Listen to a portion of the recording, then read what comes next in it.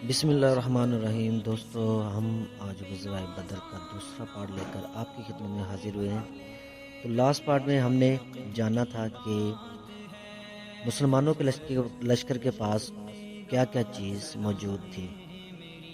تو ان میں سے کچھ لوگ ایسے بھی تھے جن کے پاس کوئی بھی چیز موجود نہ تھی۔ تجارتی قافلے کے سردار یعنی ابو سفیان، جنہوں نے خط لکھ کر مکہ کے سرداروں یعنی ابو جہل سے مدد مانگی تھی، وہ اب ایک خفیہ راستے کے ذریعے سے اپنے پورے قافلے کے ساتھ مکہ واپس پہنچنے میں کامیاب ہو گئے تھے، جس کی وجہ سے اب انہوں نے ایک بار پھر سے ایک خط ابو جہل کی طرف روانہ کیا، جس خط میں انہوں نے لکھا کہ ہم پوری سلامتی کے ساتھ مکہ شہر واپس پہنچ چکے ہیں، لہٰذا اب تم کو بھی چاہیے کہ تم اپنی پوری فوج لے کر واپس مکہ آ جاؤ۔ لیکن دوستو، ابو جہل پر تو اب جنگ کا نشہ پوری طرح سے چڑھ چکا تھا، کیونکہ وہ تو پہلے سے ہی مسلمانوں سے لڑنے کا بہانہ ڈھونڈ رہا تھا، اور یقیناً اب اس کو وہ موقع مل چکا تھا، جس کی وجہ سے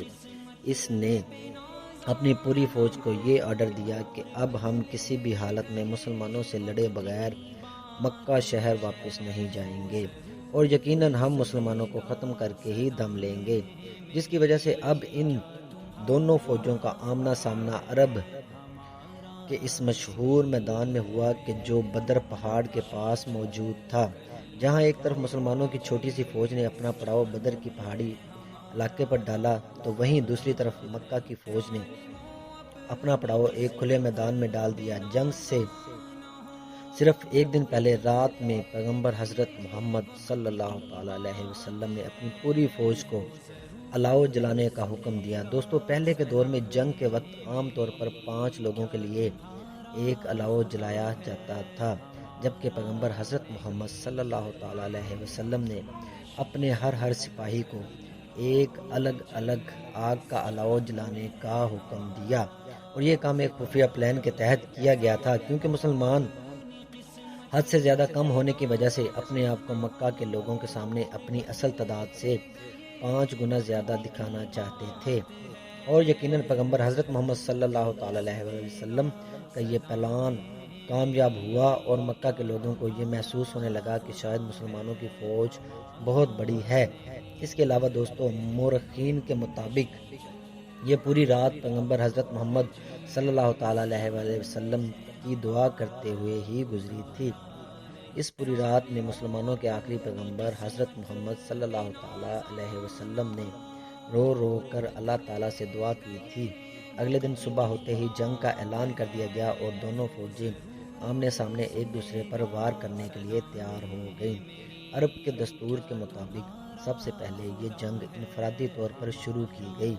یعنی دونوں فوجوں میں سے صرف 3 لوگ ایک دوسرے کا مقابلہ کرنے کے لیے باہر آئے۔ جہاں ایک طرف مکہ والوں نے اس مقابلے کے لیے اپنے شہر کے سب سے مشہور اور طاقتور سرداروں کو بھیجا، تو وہیں دوسری طرف مسلمانوں کی طرف سے حضرت علی، حضرت حمزہ اور حضرت عبیدہ کو بھیجا گیا۔ اس مقابلے میں مسلمانوں نے بازی جیت لی، اور مسلمانوں کے 3 سپاہیوں نے ان تینوں کو قتل کر دیا۔ حالانکہ دوستو، حضرت عبیدہ جو اس مقابلے میں حد سے زیادہ زخمی ہو گئے تھے، وہ زخموں کو برداشت نہ کر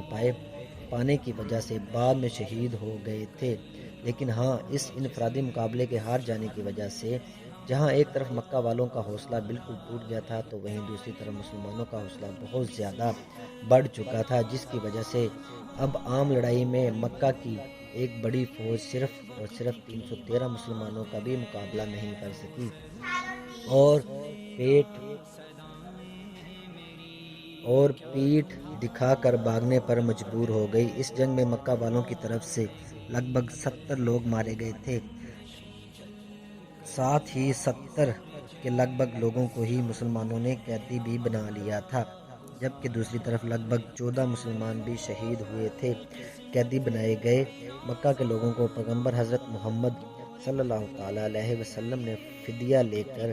آزاد کر دیا تھا، اور جو لوگ فدیہ دینے کے قابل نہیں تھے، یعنی جن کے پاس اتنا مال موجود نہیں تھا کہ وہ اپنی ضمانت کے لیے پیسہ ادا کر سکیں، تو ان لوگوں کے سامنے پیغمبر حضرت محمد صلی اللہ تعالیٰ علیہ وسلم نے یہ شرط رکھی کہ تم لوگ مدینہ کے 10 بچوں کو لکھنا سکھا دو اور آزاد ہو جاؤ، اور اس طرح سے آہستہ آہستہ لگ بھگ سبھی قیدیوں کو آزاد کر دیا گیا تھا۔ دوستو یہ جنگ 13 مارچ 624 عیسوی کو لڑی گئی تھی۔ جس دن یہ جنگ ہوئی تھی اس دن رمضان کا 17واں روزہ تھا اور یہ جنگ دوپہر کے وقت تک ختم ہو گئی تھی۔ اس جنگ کے بعد سے ہی مسلمانوں کو آس پاس کی لگ بھگ سبھی طاقتیں بہت زیادہ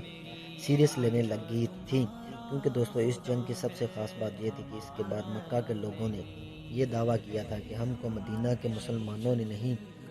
بلکہ کسی آسمانی طاقت نے ہرایا ہے، اور اس کی وجہ یہ تھی کہ مسلمانوں کے عقیدے کے مطابق بھی اس جنگ میں مسلمانوں کی مدد کے لیے آسمان سے فرشتے اتر آئے تھے، اور اس کا ذکر مسلمانوں کی سب سے عظیم کتاب قرآن مجید میں بھی موجود ہے۔ مزید ایسی ویڈیوز کے لیے ہمارے چینل کو لائک اور سبسکرائب ضرور کریں۔ شکریہ، اللہ حافظ۔